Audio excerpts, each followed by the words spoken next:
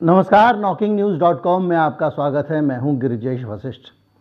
आपने भी कभी ना कभी कहीं ना कहीं टिल्लू तेजपुरिया की तिहाड़ जेल में हुई हत्या की वीडियो देख ली होगी और उसको देखकर आपके मन में कई प्रकार के विचार आ रहे होंगे, कितनी नृशंस हत्याएं वगैरह वगैरह। लेकिन आप चिंता ना करें, इस वीडियो में मैं आपको वो तस्वीरें नहीं दिखाऊंगा, लेकिन मैं आपको कुछ एहसास कराऊंगा। क्या जेल में हुई हत्या की इन तस्वीरों को देखकर हमको निश्चिंत रहना चाहिए? क्या हम ये मानकर बैठ जाएं कि एक अपराधी था, उसको दूसरे अपराधियों ने मार दिया, अच्छा हुआ? क्या हम ये सोचकर निश्चिंत हो जाएं कि हम तो जेल में रहते नहीं हैं, हमें तो जेल जाना नहीं है, तो जेल में जो लोग आपस में एक दूसरे की हत्या कर रहे हैं उसके लेके हम क्यों चिंतित हों? लेकिन अगर आप इस तरह सोचते हैं तो इस वीडियो को देखने के बाद आपकी सोच बदल जाएगी और आपको ये एहसास होगा कि उस हत्या को देखकर कि आप भी उतने ही असुरक्षित हैं जितना कि जेल में वो व्यक्ति था। आपको एक पूरी गैंगवार का बैकग्राउंड, एक पूरी कहानी सुनाऊंगा, बहुत सारी चीज़ें आपको पता चलेंगी और उसके बाद आपको लगेगा कि देश के सबसे असुरक्षित दौर में आप इस समय रह रहे हैं। कहीं मत जाइए, मैं अभी हाजिर होता हूं।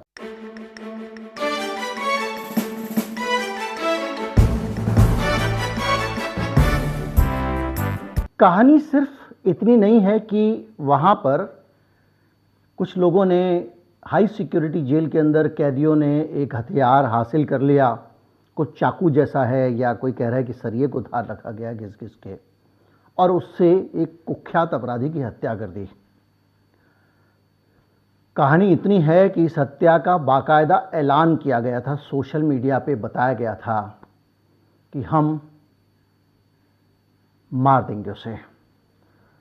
हुआ यह था कि जितेंद्र उर्फ गोगी की हत्या दिल्ली के रोहिणी कोर्ट में सरेआम कर दी गई थी, आपको याद होगा। और जब यह हत्या की गई थी तो उस हत्या में जो व्यक्ति मारा गया, जब जितेंद्र उर्फ गोगी, उस गोगी के पास से ही उन लोगों को वो एडवांस महंगी इटालियन पिस्टल मिली थी जिन्होंने अतीक अहमद की सरेआम हत्या की। पुलिस ने ये बताया कि जो पिस्टल मिली है वो ऐसे आदमी से मिली है जिसकी हत्या में मौत हो चुकी है। तो अब आप वो महंगा हथियार कहाँ से आया, इस सवाल को पूछना छोड़ देंगे।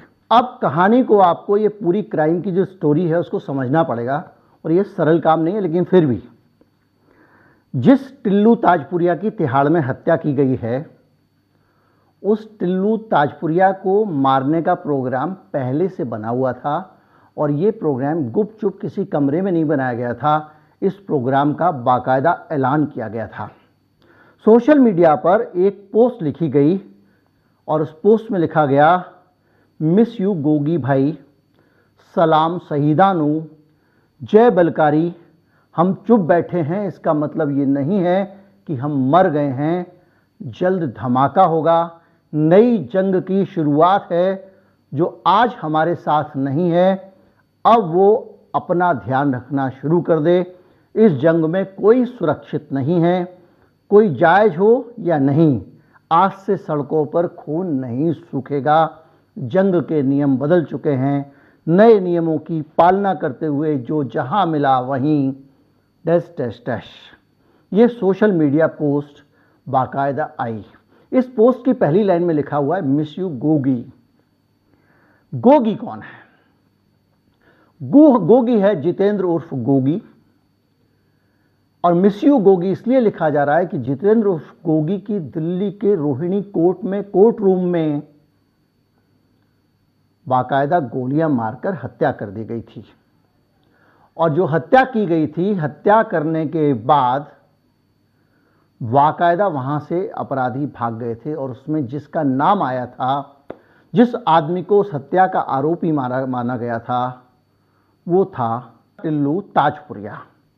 इस मामले में जो गोगी है, जितेंद्र उर्फ गोगी मारा गया है, ये वही अपराधी है जिस अपराधी ने उन लोगों को पिस्तौल दी थी जिन लोगों ने अतीक की हत्या की।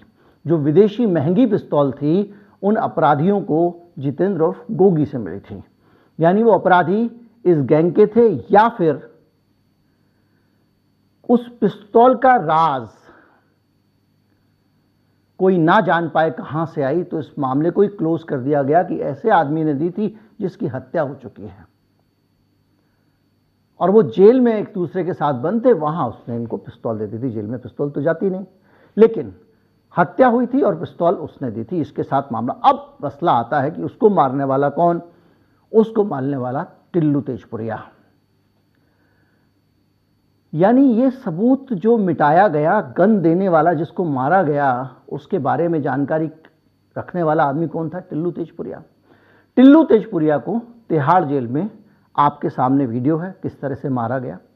कई लोग तिहाड़ की हाई सिक्योरिटी जेल में चादरों के जरिए लटक कर घुस जाते हैं और उसको लोहे के चाकू नमा एक हथियार से गोद गोद कर मार डालते हैं। कुछ लोग रोक रहे होते हैं कि कोई बचाने ना आ सके और वो उस तरह उसको मार रहे होते हैं। ये वीडियो आप सबने देख लिया होगा।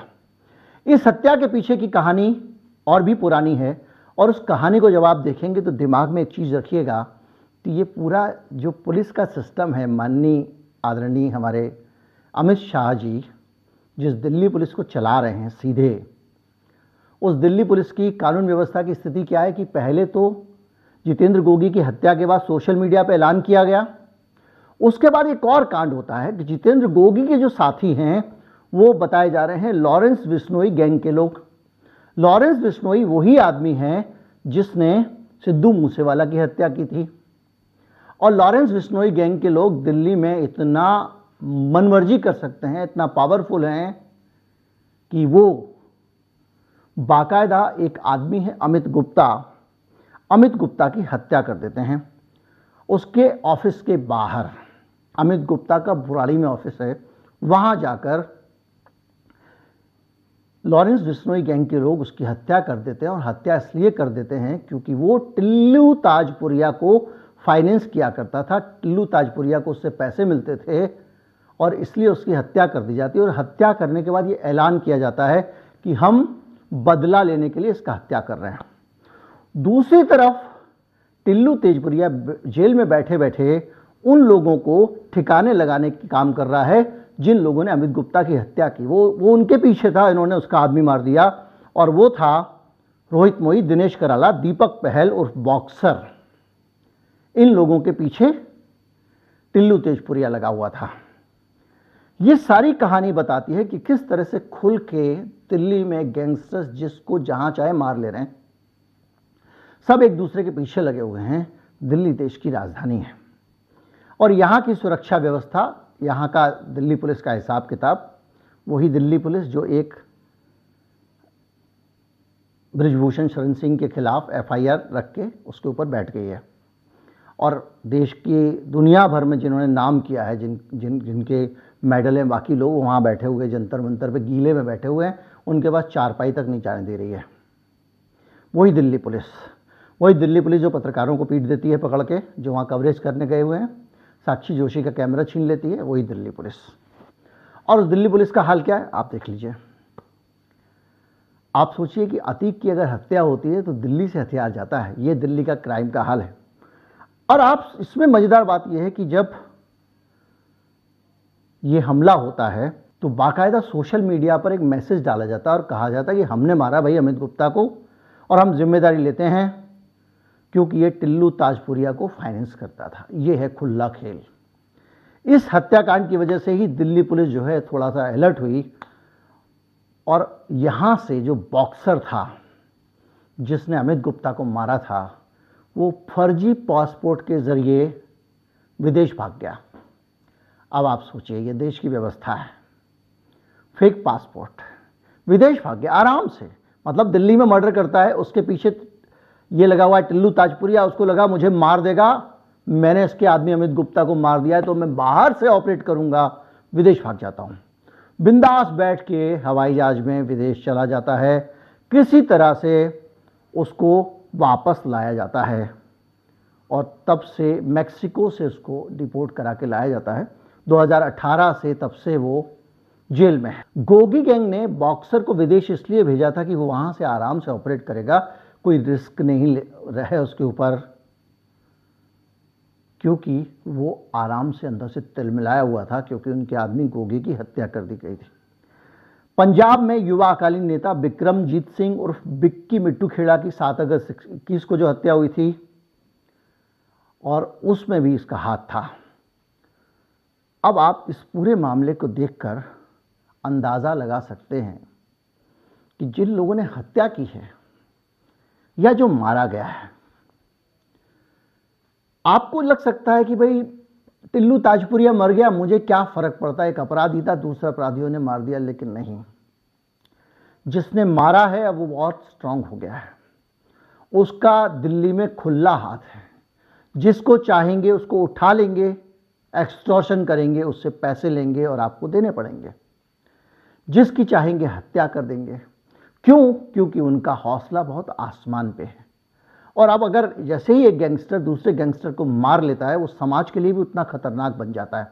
आप ये तो देखते हैं गैंगस्टर मर गया, आप ये नहीं देखते हैं कि किसी और ने उसको मार के अपना कद बढ़ा लिया, उसकी हिम्मत हौसला बढ़ गया और वो और बड़ा अपराधी हो गया। उसका पहले तो हौसला था ही, खुला खेल था। अब अगर आप इस पे जाएं तो इससे और आगे जाएं तो बहुत सारे इसमें नाम इतने सारे होंगे कि आप उलझ जाएंगे। लेकिन कुछ चीज़ें आपको तिहाड़ जेल की भी समझनी पड़ेंगी। जिस तिहाड़ जेल में ये कांड एक के बाद एक हो रहे हैं, पूरी हिस्ट्री है उस तिहाड़ जेल में। इस तिहाड़ जेल की जो हिस्ट्री है उसको अगर आप समझेंगे तो आपको अंदाज़ा लगेगा हाल के समय में तिहाड़ जेल में जो दुनिया के जितने भी लोग आते थे, भारत की तिहाड़, देश भर की जो जेलें हैं उनका सरताज थी। तिहाड़ जेल की व्यवस्था की मिसालें दी जाती थी और दुनिया से जितने भी लोग आते थे भारत के जेल सिस्टम को समझने के लिए, उनको तिहाड़ दिखाई जाती थी। टिल्लू ताजपुरिया उस तिहाड़ जेल के सबसे सिक्योर्ड जगह पे था, क्योंकि पता था कि टिल्लू ताजपुरिया दूसरे लोगों के निशाने पे वो मार सकते हैं। लेकिन ऐसी क्या कहानी हुई कि तिहाड़ में वो उसकी हत्या करने में कामयाब हो गए। और इस कहानी को आपको समझना है तो आपको तिहाड़ जेल के पूरे सिस्टम को समझना पड़ेगा। तिहाड़ जेल में धड़ल्ले से मोबाइल फ़ोन उपलब्ध हैं, और यहाँ तक कि लोग ऑटो में जाके, ऑटो वाले तिहाड़ के अंदर मोबाइल फेंक देते थे। बाद में उसकी दीवारें भी आपने ऊंची करा दी, दूसरी चीज़ें कर दी, लेकिन उसके बावजूद तिहाड़ में आज भी मोबाइल इस्तेमाल होते हैं। अपराधी मोबाइल का इस्तेमाल नहीं कर सके, इसके लिए जैमर लगाए गए थे, बहुत सोफिस्टिकेटेड और महंगे वाले जैमर लगाए गए थे ताकि वहाँ मोबाइल फ़ोन चले ही नहीं। उसके बावजूद तिहाड़ में मोबाइल फ़ोन चलते हैं, तो कैसे चलते हैं ये बड़ा सवाल है। और ये सवाल सीधे अमित शाह जी से है, जिनके अंतर्गत पूरा गृह मंत्रालय आता है, और दिल्ली की ये सारी संस्थाएं केंद्र सरकार के अधीन है सीधे, इनमें कोई राज्य सरकार नहीं है। दिल्ली की कानून व्यवस्था मध्य प्रदेश, उत्तर प्रदेश, बिहार की कानून व्यवस्था नहीं है। यहाँ पे केजरीवाल जी का कोई काम ही नहीं पुलिस के अंदर, सीधे केंद्र सरकार ऑपरेट करती है। ये हालत है। हालत ये है कि इतना इनडायरेक्ट सपोर्ट है वहाँ पे तिहाड़ के अंदर अपराधियों को, जेल के लोगों का, जिसकी कोई सीमा नहीं है। दूसरी चीज़ क्या है कि वहाँ पे आप जानते हैं कि हमारे जेलों में 70% लोग जो हैं वो होते हैं कौन? विचाराधीन कैदी। सजाए याफ्ता 30% ही होते हैं। तो जो विचाराधीन कैदी आते हैं उनको काम तो जेल में करना नहीं पड़ता। जब उनको जेल में काम नहीं करना पड़ता तो आराम से वो निठल्ले बैठे रहते हैं, और खाली दिमाग शैतान का घर, वो बैठ के तरह तरह की साजिशें बनाते रहते हैं। इस मामले में भी उनके पास साजिश बनाने का टाइम था। उन्होंने साजिश बनाई जिसको रोका जा सकता था, लेकिन रोका नहीं जा सका। तिहाड़ जेल की सुरक्षा में बड़े सारे यहाँ के जो एडमिनिस्ट्रेटिव स्ट्रक्चर है वो भी बड़ा डिफरेंट है। तिहाड़ जेल में बाकायदा तमिलनाडु पुलिस को लगाया गया है सुरक्षा के लिए।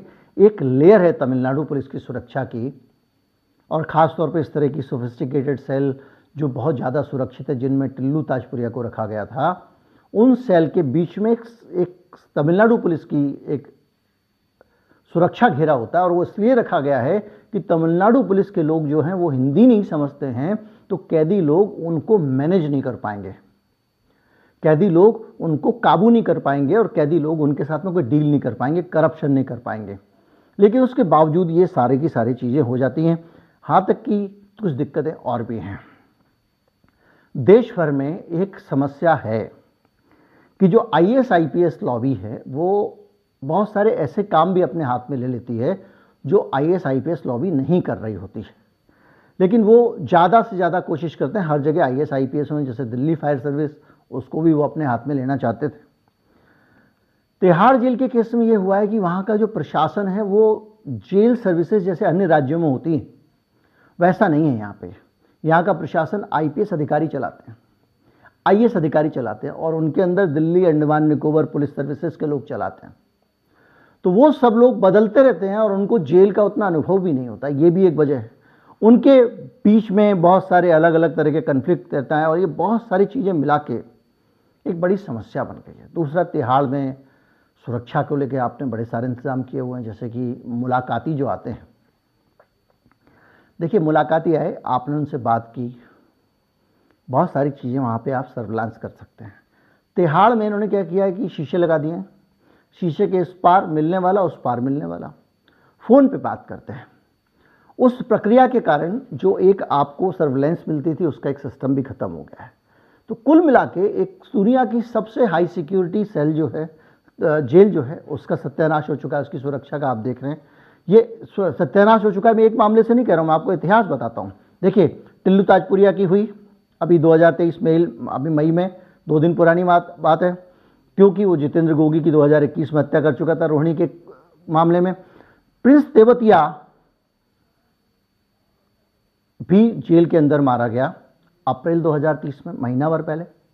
उसको भी चाकुओं से गोदा गया था, उसके बावजूद व्यवस्था में कोई परिवर्तन नहीं आया। अंकित गुर्जर 2021 में मारा गया और बाकायदा उसके मामले में भी उसके बाद भी तिहाड़ जेल में कोई परिवर्तन नहीं किया गया व्यवस्था में। एक नरेंद्र मीना थे डिप्टी सुपरिटेंडेंट जेल, उनको चेंज कर दिया गया था और उनको ये बता दिया गया था गैर इरादतन हत्या का केस उनके ऊपर लगा के उनको वहाँ से जेल से हटा दिया गया था।